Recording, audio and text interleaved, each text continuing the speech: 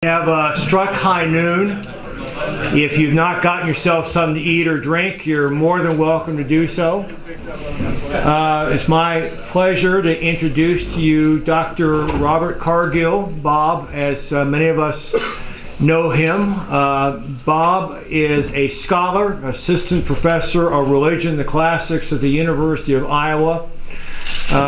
You have seen Bob on television. You've heard him on the radio.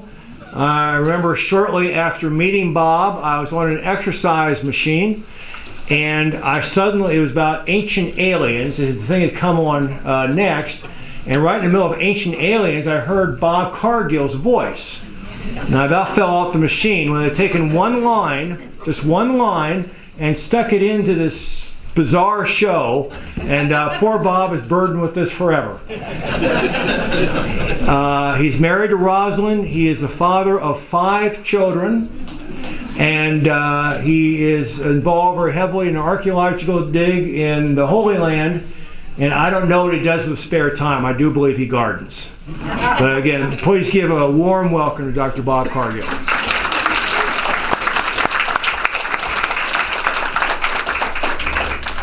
Thank you. I'm now going to do the motion that every single person who speaks after Sam does. And I don't pull it down very often, but that is thank you so much for being here and for staying and for those of you who grabbed a copy. I think they sold them out, so that makes everybody happy, except for those who didn't get one. I live here in Iowa City, and if you're ever on campus at the Jefferson Building that's above the subway, you're always welcome to come by, and I'm happy to sign a book for you if you didn't get a chance to do that today. So I've got about 4 hours of material, and I know that I remember the first time I ever guest spoke at a church. I asked the preacher how much time I had, and they said, "You are welcome to preach as long as you'd like. We leave at 12." And so that was my introduction to guest speaking at churches. Right, yeah. So at any point, if anybody needs to go, you're obviously welcome to go. I won't think of that as rude. What I've been asked to do is to read a couple sections from this book. And then, for those of you interested, I'll pull back up Exodus 37. We can look at some of the things that I read. And then look at what I was talking about the development of the Spirit, and we can do that until you want to go. So I'm happy to do that. I will tell you this, I don't typically read Hebrew aloud publicly. I do it in the classroom all the time, and it's very technical. So the first thing I did as I walked out with Sam there is I found Rabbi Portman, who's here with us, and I said, "Did that just suck? I mean, was that okay?" And he goes, "No, it sounded fine." I was like, "Oh God, thanks. That was wonderful." So, if the rabbi says I did it okay, then I think I did all right. So, but that was fun to do, and it's a fun. Anytime you're reading prophecy or poetry, it's a little more difficult than reading the narrative, especially when you're trying to get the intonation. And what I tried to do is read the text so that even if you don't know Hebrew, you could hear some of the words. I tried to emphasize some of the words repeatedly, and we'll look back at that in a second. What I thought I'd do is read the opening of chapter 10.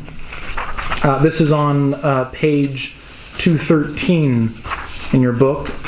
I've been lecturing around the country at the Smithsonian, from UCLA and all over the country. And I usually do a pretty standard PowerPoint about what's in the book. And kids who buy the book for a book report love this, because I just basically tell them what's in it. And I think we'll do this again in the fall. I'm not sure. I think we're planning on doing that. But today I've been given the opportunity to read the stuff that I never get to do in lectures, and that is the personal stories. When HarperCollins and my editors asked me to do this book, they said, "Remember, it's not a textbook, and the people who are reading it don't speak 12 languages. So could you gear it like you do your freshman lectures?" And so this is people who may not have ever read the Bible, but they're interested in not just what it says technically and how we got the Bible, and that's what this book is about. I call it the human side of how we got the Bible we have today.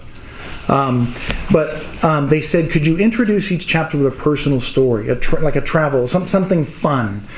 I turned it, and so I agreed to do that, to write it so that it sounds like I'm speaking. So I think someone pulled me aside this morning and said, this book sounds like you're speaking it. And I said, good, that's exactly what we were gunning for.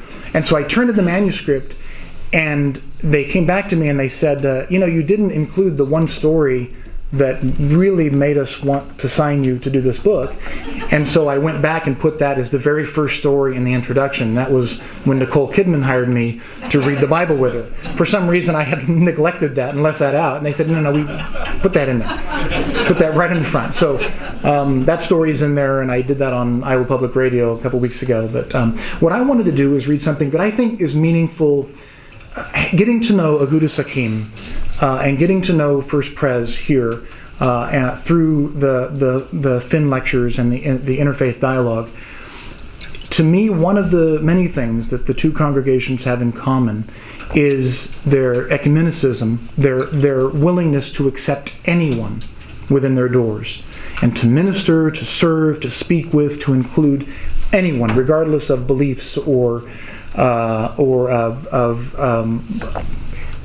differences of opinion and experiences, but also their desire to not only travel the world, but to seek those who have been marginalized. Even in the case of Bethlehem here, when it's people who are in many ways at the center of the conflict with Israel, and I'm speaking of the Palestinian people here. I was raised in Fresno, California. I don't know if anybody knows where that is. It's kind of like the Iowa of California.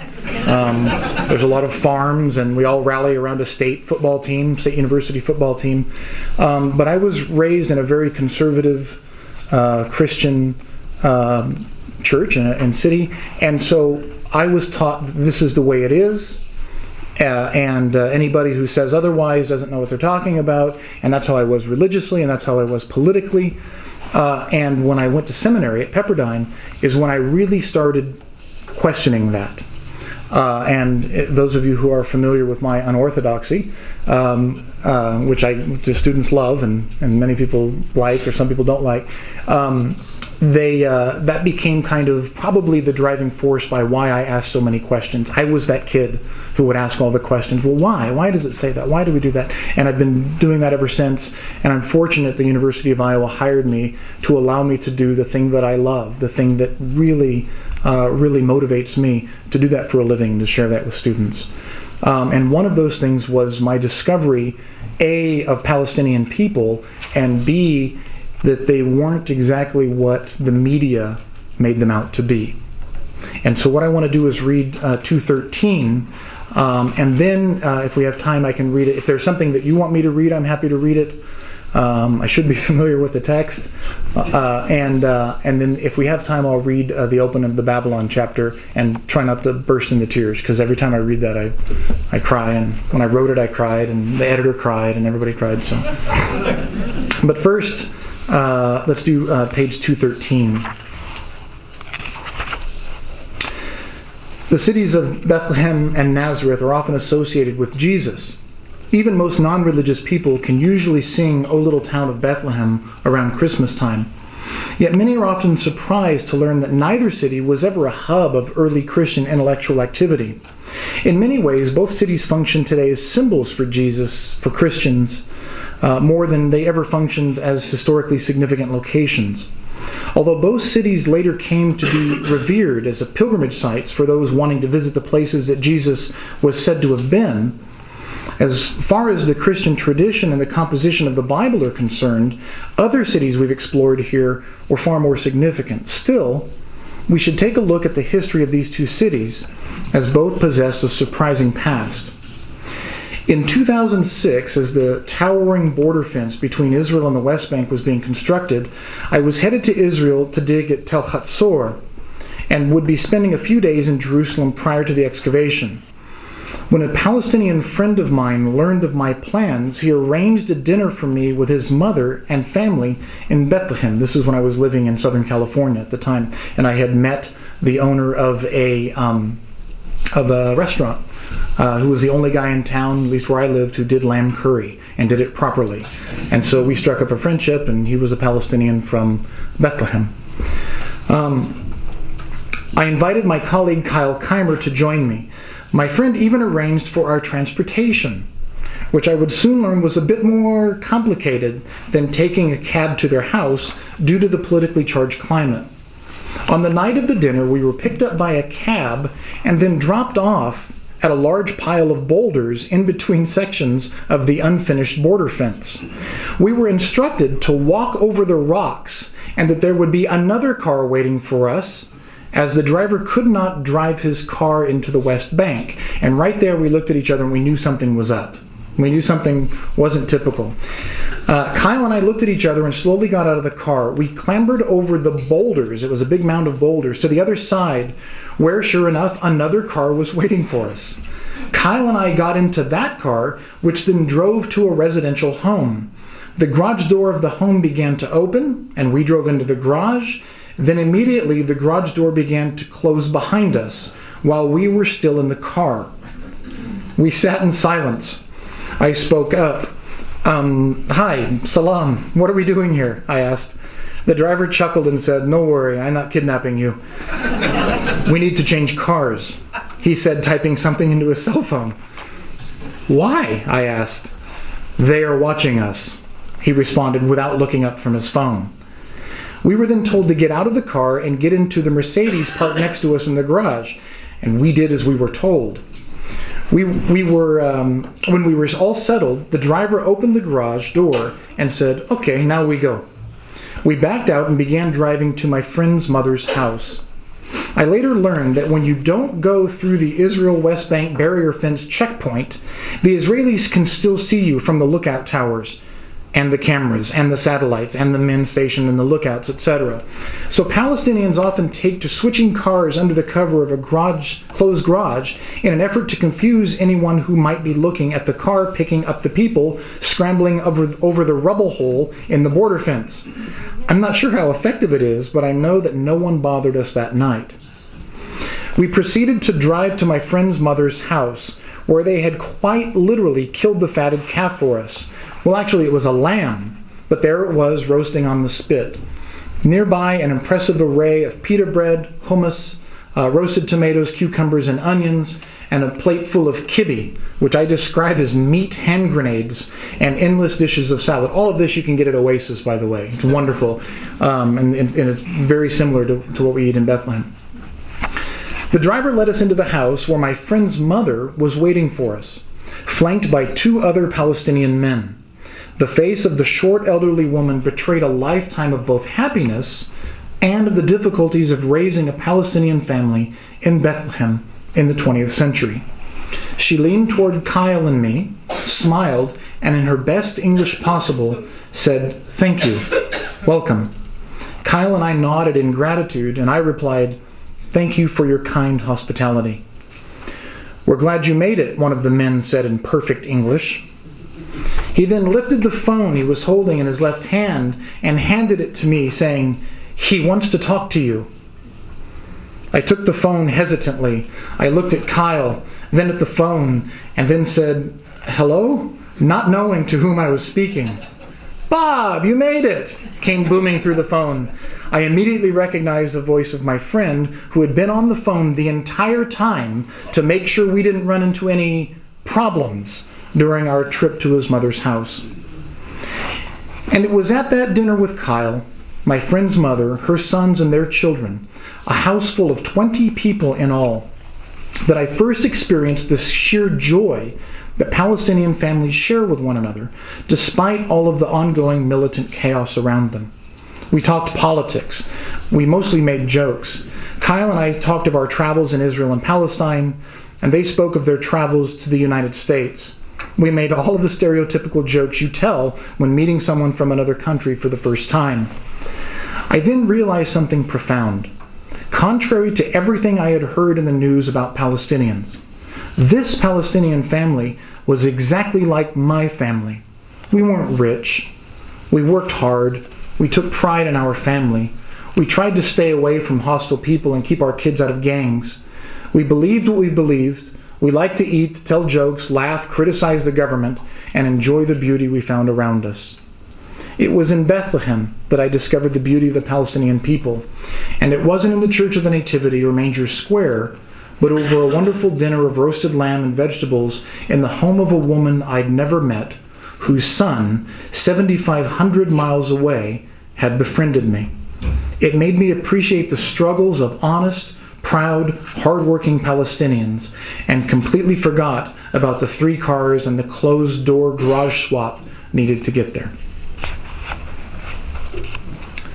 So that's my getting to Bethlehem story, and that's when the first time I had met Palestinians before, but first time I sat and had supper with them and realized what is often lacking in news coverage, and that is the humanity of people, including people with whom we may disagree politically. What's interesting is Jews, Israelis living in Israel, understand this humanity more than the news lets on as well. For many Jewish Israelis living in Israel, they get along quite well.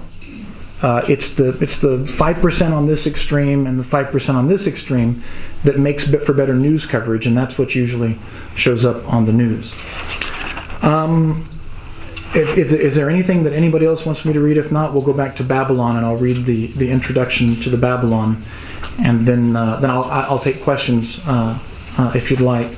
Let's turn with me in your books, if you will, to when I was at the Smithsonian, I accidentally talked about writing the Bible. It was a slip instead of the book about the Bible, and then I stopped and kind of took a step, waiting for the lightning bolt to come down. I'm sorry. This is page 71.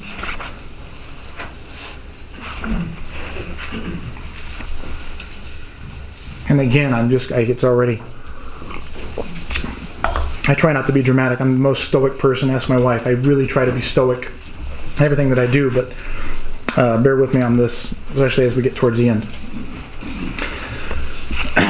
My young son, McLaren, once asked me where Babylonians come from. I answered him the way I answer a similar awkward question he asks. I said, well, when a daddylonian and a mommylonian really love each other. And when I first wrote this, I had a parenthetical statement that says, this joke really only works in print, when you can see B-A-B-Y, Babylonian. So I took out that, and so I won't take that joke on the road with me. Let's put it that way. Let's get down to the bottom there. Ancient Babylon is located in the modern city of Hilla, Iraq, which is about 60 miles south of Iraq's capital, Baghdad, on the Hilla branch of the Euphrates River. Although some of ancient Babylon's classic features have been restored, much of it lies in ruins as a result of the shifting course of the Euphrates and its tributaries, repeated ancient conquests, subsequent neglect over the centuries, the transportation of many of the city's treasures and architectural features to Western museums by 19th and early 20th century explorers and archaeologists, and a couple of recent wars. Fortunately, an excellent virtual reconstruction of ancient Babylon is available to view for free at Babylon 3D, demonstrating the importance of digital modeling to cultural heritage preservation. Very few people travel to Iraq, and yet somehow everyone seems to have a negative impression of Babylon. I have a theory as to why this is so. It's not because of a bad interaction they once had with someone from Iraq, or because of some bad hummus at a Baghdad restaurant, but rather because of the way the Bible portrays Babylon. Throughout its pages, the Bible presents a very negative portrayal of Babylon. Revelation 17:5 even calls the city, quote, Babylon the Great, mother of horrors and of the earth's abominations, which is not what you want to see as you're driving into Babylon on that sign with Rotary and Kiwanis and all that stuff, mother of horrors. And since most people around the world are more familiar with the Bible than Babylon itself, the ancient city continues to have this negative reputation. My experience with the Babylonians took place 16.5 feet underground in a cistern at Tel Azekah in Israel, which was one of the last towns to fall before the Babylonians conquered Jerusalem itself. And you can reference Jeremiah 34:7 to see that. As part of my research at Tel Azekah, I was tasked with excavating a late Bronze Age cistern that was in use through the Iron Age from approximately 1500 to 586 BCE on the southern slope of the Tel. It took me 9 weeks over 2 seasons to excavate the plastered water collection facility. As at many excavation projects, the first weeks were exciting and new, and the final weeks leading to the completion were full of celebration and photos and more than one underground toast to our success. But it was during the weeks in between, the long, dark, arduous, sweaty, dusty, frustrating, claustrophobic, and questioning my career choice moments of the dig, that I encountered the Babylonians face to face. These weeks in the cistern gave me more time than I ever wanted to reflect upon the destructive things men have done to one another throughout time for God and country. About 2 feet from the bottom of the plastered cistern, there's a white chalky layer of debris about 2 feet thick. The white layer was created by annual rainwater washing the surface limestone debris into the cistern. Beneath this layer, I discovered vessel after vessel of what archaeologists call iron 2C pottery, which is pottery that was used between 700 and 586 BCE. Each of the vessels held 1 to 2 gallons of water, and curiously, each was missing one handle. This was because when the Judahites living at Azekah around 650 BC needed water, they would tie a rope to the handle of a clay vessel and lower it into the cistern. Occasionally the handle would break off, leaving the vessel at the bottom of the cistern and the unfortunate and thirsty person at the other end of the rope with nothing but a broken handle. Although this was bad for the fetcher of water, who was out a good water pitcher, it's great for archaeologists, as we can use this 2,600-year-old pot to tell us about the people who lived at Azekah. We dated the pottery at the bottom of the cistern to somewhere between the 7th and 6th centuries BCE. The pottery at the bottom told us that this was the last time anyone used the cistern to draw water. This means that something happened that caused the cistern to go out of use and allowed years of limestone runoff to form the layer of white chalky debris 2 feet from the bottom of the cistern. That something may have been the Babylonians. I know this not just because of the pottery I found below the chalky layer, but because of what I discovered above it. During the hottest weeks of the summer, while I was digging down through the bowels of my cistern at Azekah, I began to uncover bones. This is not uncommon in archaeology, as the remains of animals are ubiquitous, especially down in holes that were once cisterns. But as I continued digging, I quickly realized that these weren't sheep, goat, or cow bones. These were human bones. I knew I wasn't in a tomb, as we had already identified the chamber as a plastered cistern. Yet there were bones in the cistern. I am not scared of skeletons. The living are far more dangerous than the dead. Excavating human bones is part of my science and my work as an archaeologist. There is little emotion involved. Excavate, document, that is my job. Yet these were human bones, and in my underground isolation, hunched over and staring into the eye socket of a skull looking back up at me, I could not help but think about the life this person lived. As I brushed the dirt from this skull's cheekbone, I wondered to myself what he did for a living. Was he happy? Was he in love? Did he ever have his heart broken?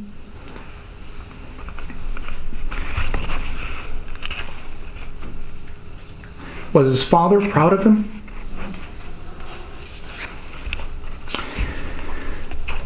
And at that moment I felt tears welling up, which makes it difficult to work when you're on your hands and knees looking straight down. It is especially hard when I uncovered the skeleton of a small child, probably 3 or 4 years old. My mind immediately raced back to my own newborn twins, Quincy and Roy Kate, and my 2-year-old son, Mac. I sat frozen as I realized how absolutely devastated I'd be if anything ever happened to them. My thoughts turned to this child's parents and how destroyed they must have been to have lost their child. I was overwhelmed. I turned off my headlamp and just sat there, weeping silently, alone in the dark. What horrible series of events must have transpired in order for this precious child to wind up at the bottom of an old cistern? I knew nothing about this child other than that he had died and had been discarded without a proper burial. I didn't even know his name. So I made a decision. I didn't leave the cistern. I stayed right there in the dark. I wanted to experience the pain, the grief, and the sorrow. I just sat there and cried and mourned his loss. I felt I owed it to him. And it was there in the dark, 16 and a half feet below the ground in a cistern at Tel Azekah, that I finally began to understand what Babylon meant to the Jews who built the Bible.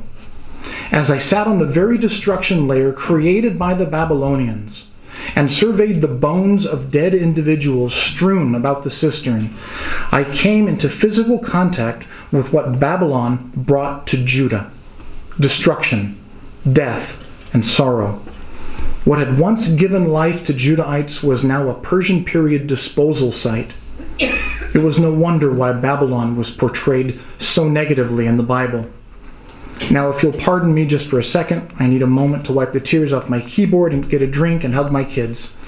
Okay, I'm a professional. Moving on. Thanks.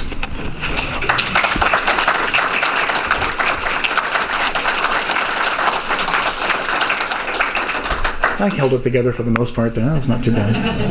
I'm happy to take questions from anyone about the book, or many of you probably haven't read it yet, but I'm happy to answer questions about traveling to Israel. And then if and when there are no more questions, we can talk more about Ezekiel 37. But I'm happy to entertain any questions you might have. Yeah, please.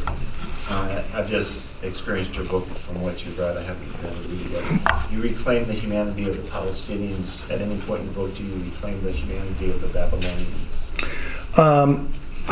Not so much in this regard. The book is focused. It's clearly from the point of view of the building of the Bible. So I talk about the Palestinians. I talk about the Jews and the way they experienced. I talk a lot about this in the next part when I talk about Lamentations, which I did a presentation at Agudas Hakim on, and talked about the power of the blues. And the blues aren't designed to make you happy. The blues are designed to help you channel your. The blues aren't designed to make you feel unhappy. They're designed to help you channel your frustration and make something positive out of it, which is a book of Lamentations. What I do in the book with both the Assyrians and the Babylonians is try to look at it from their standpoint as well. So I don't spend the personal time talking about my personal experiences, and that's not an objective decision that I made. It's because I haven't been back to Babylon, and I haven't been to Nineveh. Nineveh is under control of ISIS right now.